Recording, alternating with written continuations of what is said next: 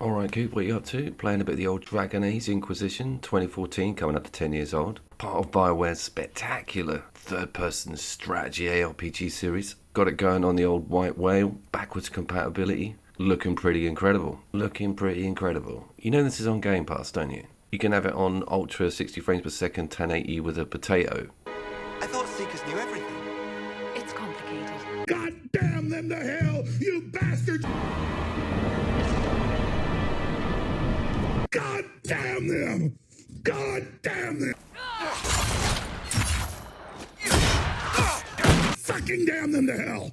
Let me just break down what we're looking at here. We've got PC footage at 60 frames per second on Ultra at 1080, and then over on the right hand side is the PlayStation 5 gameplay, which runs at 30 frames per second and 1080, and I don't think we're seeing this Ultra equivalent particles and detail. Doesn't even sit on the SSD, so a little bit annoying for the Sony side on the high-end consoles. The S and the X, they get a lot better deal. We've got some Dragon's Dogma 2 footage going in the background because I recently reviewed the game. The original Dragon's Dogma was the only title that ever came close to the Dragon Age greatness for me. Now, some people might prefer Origins, but I'm definitely an Inquisition man, but it just very much hit home during the review of Dragon's Dogma 2 and with all the Anthem water under the bridge that BioWare was in a very different place all those years ago. Could have come out with some of the greatest party-based action RPGs available on the market. Show you a little bit of Inquisition on both systems. That PlayStation 5 version isn't terrible. It's just a shame we didn't get 2K.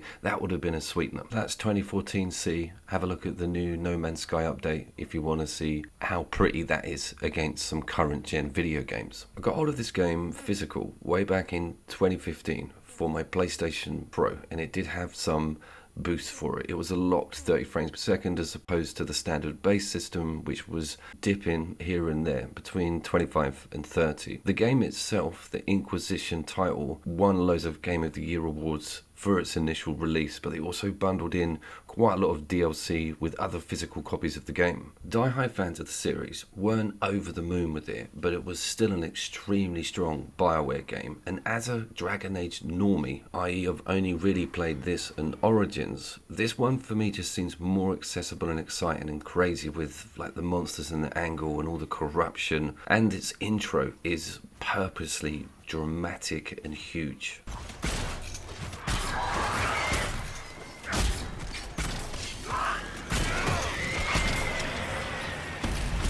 The major attraction for me against those Dogma games, and even something like Path of the Goddess, is that you can switch into any of your NPC characters by just simply tapping up or down on the directional. You can cycle through at extreme speed, deliver health, buff or potions, or just spray off a load of really cool moves and then switch to someone else. People might get in trouble, and the game even has an Okami-like complete pause to look around the battlefield tactically. With Inquisition, that's not used too much at the front end. It's something that really leans on emphasis with huge bosses and dragons. Inquisition feels confident enough with its real-time graphics and gameplay to not to have to lean on pausing everything all the time. However fun that is the less tactical aspect of it that I enjoy.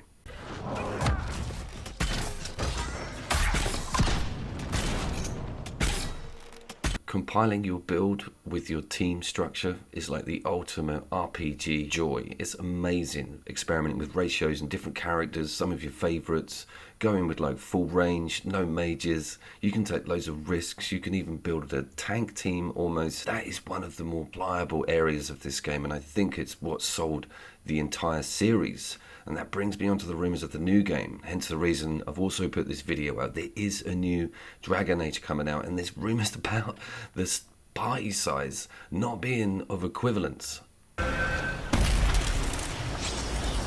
As the Inquisition name suggests, the game is about interrogation and influence, and you're looking after a larger map, you're delegating various NPCs onto tasks. There's loads of back-end management around just going to a quest and beating up some monsters. I will say these puzzles are difficult, though. They're memory and brain related, two things I don't have a lot of strengths in, so there's a lot of trial and error with that. There is Google, thank God. It is called Veilfire.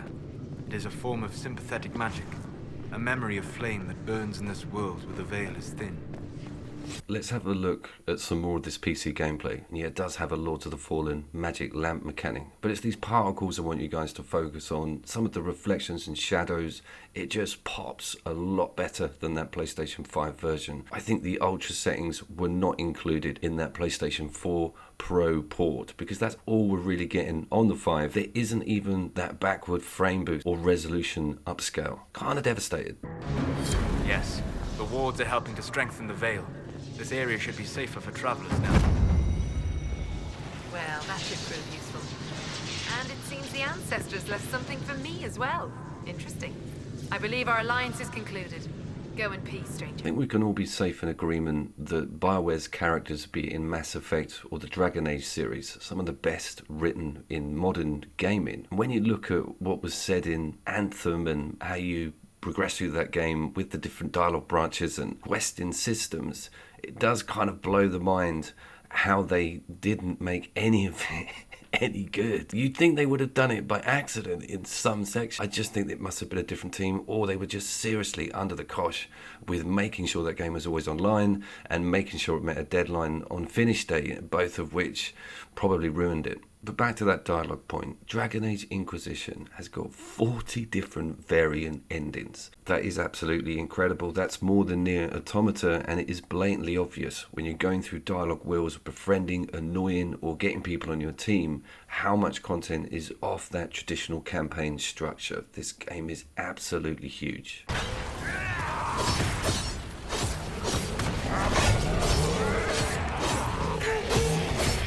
Just realised I might be getting some dislikes from fans of Knights of the Old Republic. I can only apologise, I've never sat down with that game any lengthy period of time, but it does exist as some of these awesome tropes that the Dragon Age series has under its bonnet. Maybe that's a video for the future, and that brings me on to just BioWare full stop and what's been going on with them and how much tension there is behind the new Dragon Age title and the absolute disaster that was Anthem.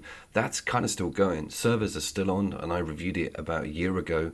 And just in hindsight, with the whole legacy of the Dragon Age franchise against that game, it is a little bit like the Cyberpunk Witcher crazy polar opposites.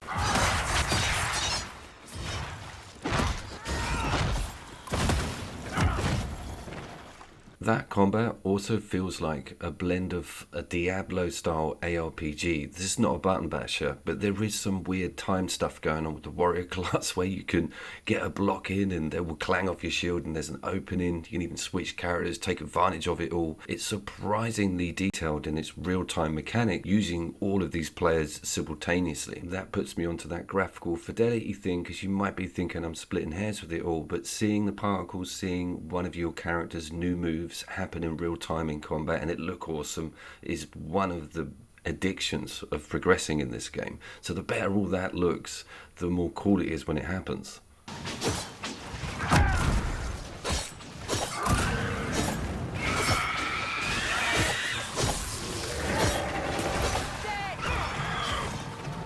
This is a double mage build, just for like shits and giggles, and that brings me on to sort of open environments and exploration. Normally I do this at the front end of a video to sort of show you how pretty the game is, but you guys don't need to be reminded of that. The key with Dragon Age, I think, is the amazing combat, the questing system, and how you can just go down on the ground, level up different characters, switch them out on your team, and if you were to build a double mage team, you could alternate the point spending within its fuck fucking hell. Make one a healer, make one range. I think that's what I'm trying to say. You can spread things around, and it's that control and metamorphosis that is so deep you will never get the chance to explore it all. I know people who've put 400 hours plus into this game. They still play it to this day. It's like a lifestyle for them. That's you mean you.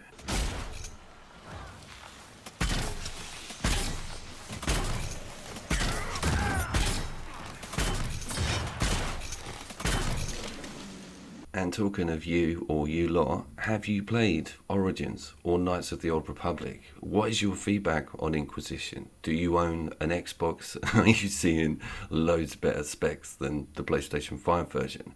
I have been Couch Coop. I hope you guys have played this game. And if you haven't, as I always say, this is top tier, and you are very lucky to be able to experience it for the first time. Coming up to 10 years old, what an absolute classic. Dragon Age Inquisition remains a pillar on the gaming landscape of the past when it comes to action ARPG party games. Thank you very much, BioWare, and for God's sake, sort your shit out. I will see you down there. He rises! Those DBs wanna get at our people. They're gonna have to go through me. Indie game lover to indie game lover. Let's meet in the middle. That sounds weird.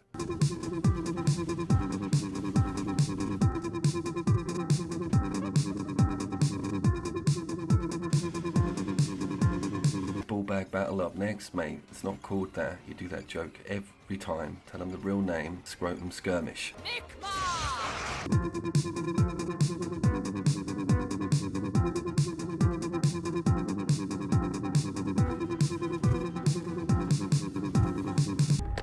Hello, Couch Coop Services. How can I help you? This is Marjorie speaking.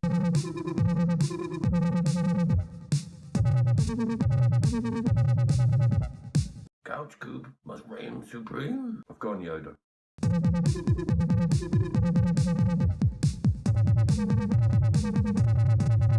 How is my egg-like head ever gonna pull in the numbers that a yoga woman does?